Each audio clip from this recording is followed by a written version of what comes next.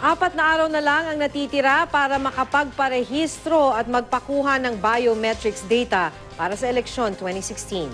Itinigil na ang pagpaparehistro sa opisina ng COMELEC sa Arocero sa Maynila. Pero pwede itong gawin sa mga satellite registration centers sa mga mall. Makibalita tayo kay Joy Segui. Kahapon, may mga nakapagpa-biometrics at rehistro pa sa COMELEC Arocero sa Maynila. Ayon sa COMELEC, hanggang kahapon na lang talaga ang pagpaparehistro sa naturang opisina. Wala nang mag-uukupa dito sa Aroceros kasi itong opisina ito medyo delikado ito pagka nagkasabay-sabay. Sa District 1, sa Tutuban Center Mall, gagawin ang registration at biometrics. Sa TESDA Tayuman, Honorio Lopez Technical School naman ang mga botante sa District 2. Para sa mga taga-District 3, sa Lucky Chinatown Mall dapat kayong pumunta. SM San Lazaro naman para sa mga taga-District 4 at SM Manila sa mga taga-District 5.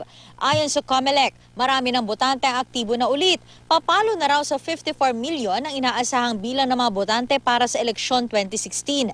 Sa Dubai, marami rin na naghahabol sa pagpaparehistro. May mobile registration sites din sa Philippine Consulate. Para ma-check kung aktibo pa ang iyong account at kung may biometrics ka, pumunta sa website ng COMELEC. I-click ang Precinct Finder at i-fill out ang form. Kung active ang inyong account at may biometrics data ka, makakaboto ka sa eleksyon 2016. Kung active ito pero walang biometrics data, kailangan mo magpunta sa COMELEC para sa data capture. Giit ng COMELEC, hanggang October 31 na lang maaaring magparehistro. Hindi raw nila ito i-extend. Joy Segui, Nagbabalita, Pilipinas.